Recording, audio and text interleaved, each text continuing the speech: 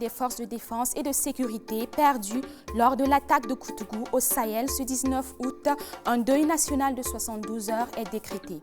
À compter de ce matin, 0 heure, au 25 août à 24 heures sur toute l'étendue du territoire.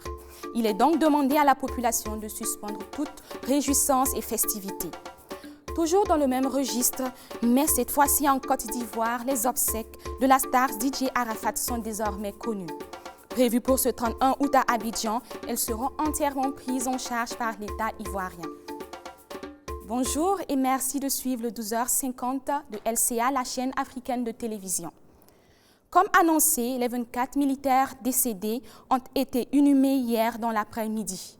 Et fort heureusement, les 5 soldats disparus ont été retrouvés vivants selon un communiqué de l'état-major des armées.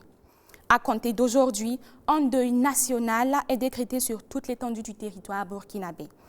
En la mémoire des forces de défense et de sécurité tombées suite à l'attaque terroriste du détachement militaire de Koutougou ce 19 août. Le deuil national s'étendra jusqu'au 25 août à 24 heures. Pendant cette période de deuil, les drapeaux seront en berne sur tous les édifices publics et dans les représentations burkinabées à l'étranger. Il est interdit pendant cette période de mener des activités de réjouissance. Toute l'équipe de LCA se joint à la nation pour présenter ses sincères condoléances aux familles des disparus. L'ambassadeur des États-Unis, lui aussi, manifeste la compassion de son pays envers le Burkina Faso.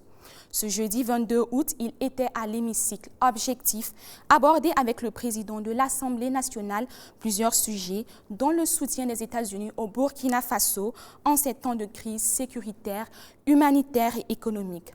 Reportage de Constantin Sieda et Ahmed Nanima. Les États-Unis d'Amérique compatissent aux douleurs que ressentent les populations burkinabées dues au terrorisme. En visite à l'hémicycle ce jeudi 22 août, l'ambassadeur des États-Unis a traduit au président de l'Assemblée nationale, Alassane Bala Sakandé, toute la solidarité du peuple américain à l'endroit du Burkina Faso.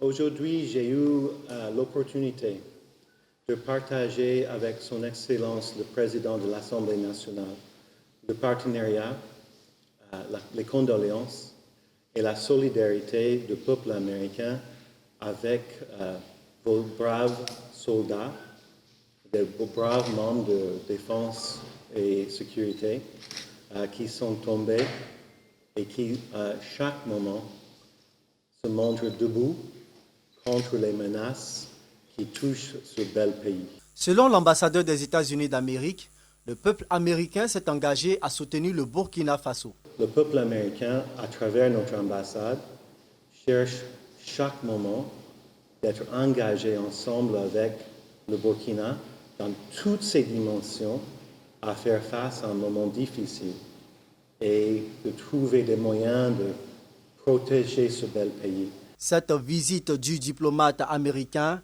à l'Assemblée nationale est pour lui une façon pour les États-Unis d'Amérique d'apporter leur pierre à l'édifice d'un Burkina Faso où règne paix et cohésion sociale.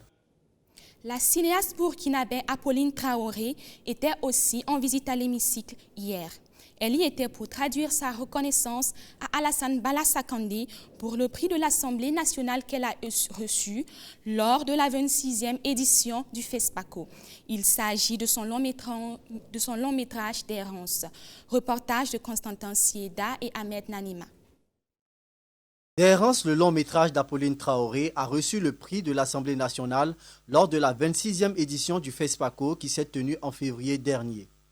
En guise de reconnaissance, la réalisatrice burkinabé Apolline Traoré s'est rendue à l'Assemblée nationale ce jeudi 22 août pour exprimer toute sa gratitude à Bala Sakandé, président de l'Assemblée nationale. Madame, il était pour moi un devoir de venir remercier déjà l'Assemblée nationale d'avoir choisi mon film pour ce prix-là. Et puis aussi l'informer de la grande première du film qui va être en salle le 7 septembre. Évidemment, il était un devoir pour nous de présenter le programme au président de l'Assemblée et de l'inviter à cette grande première. La visite d'Apolline Traoré à l'hémicycle a également permis à Bala Sakandé de discuter avec la réalisatrice sur les perspectives d'exportation des films burkinabés à l'extérieur. On a parlé de l'avenir du cinéma burkinabé, du cinéma africain. On a parlé aussi de notre combat, comment représenter notre pays ailleurs, comment représenter notre cinéma dans les autres continents. La grande première du film d'errance d'Apolline Traoré se tiendra le 7 septembre prochain. Le long métrage de la réalisatrice burkinabé va bientôt parcourir aussi bien des pays africains que les continents américains et européens. Le ministre de l'Urbanisme et de l'Habitat a réuni une soixantaine de journalistes ce jeudi 22 août à Ouagadougou pour un atelier. Objectif, expliquer aux hommes et femmes des médias la loi portant sur le bail d'habitat privé au Burkina Faso. C'était en présence de nos reporters Achille Ouedraogo et Oumou Konaté. Un atelier de réflexion sur les textes relatifs au bail d'habitation privé au Burkina Faso, c'est ce qui a réuni les journalistes et les locataires du ministère de l'Urbanisme et de l'Habitat. Durant 4 heures, les participants ont eu droit à plusieurs communications, dont celle portée sur la loi elle-même, sur ses décrets d'application, mais aussi sur l'arrêté des valeurs des coûts de réalisation. Il y a maintenant l'arrêté qui permet de préciser les critères de détermination des loyers, à savoir les lieux des différentes maisons. Je prends un exemple. Un bâtiment situé à Ouagadougou ne sera pas loué au même coût qu'un bâtiment situé à Falagountou. Un bâtiment situé à Ouagadougou dans une zone viabilisée comme Ouaga 2000 ou comme certains autres quartiers, ne sera pas loué au même coût qu'un bâtiment dans un quartier comme Karpala. Nous sommes en train de transformer Karpala. Bientôt, Karpala ne sera pas loin en matière de viabilisation de Ouaga 2000. Donc, on devra tenir compte de tout cela. Ensuite, il y a des aspects aussi, le confort intérieur. Un bâtiment en banco amélioré ne sera pas loué au même coût qu'un bâtiment en parpaing, etc. Un bâtiment où l'intérieur est carrelé avec des sanitaires modernes ne sera pas loué au même coût. Voilà. Donc il y a tous ces éléments qu'il faudra déterminer. Et ensuite, il y a les surfaces. Donc ces éléments vont permettre de nous indiquer les marges dans lesquelles les loyers vont se situer. Adoptée le 22 décembre 2015, la loi 103-2015 du 22 décembre 2015 est entrée en vigueur l'année dernière. Le ministre en charge de l'urbanisme et de l'habitat invite donc les bailleurs à se conformer au décret d'application pour le bien-être des populations. Les informations sportives à présent. Les Jeux africains se poursuivent au Maroc. Faisal Sawadogo a offert au Burkina Faso sa première médaille et en bronze hier à Rabat. En taekwondo, il a porté haut les couleurs du pays.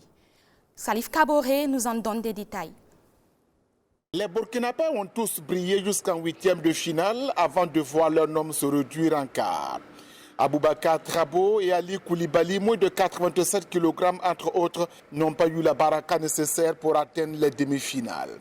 L'espoir du Burkina Faso s'est donc reposé sous les épaules du jeune Faisal Sawadogo, moins de 80 kg, qui a écarté en quart le Nigeria par 19-9. En demi-finale donc, le Burkinabé menait au score avant d'être rejoint par le Marocain, son adversaire à quelques secondes de la fin du combat. C'est dans l'épreuve de la mort subite que Faisal Sawadogo s'est laissé une fois cueillir par Akraf Maboubi par 21-20.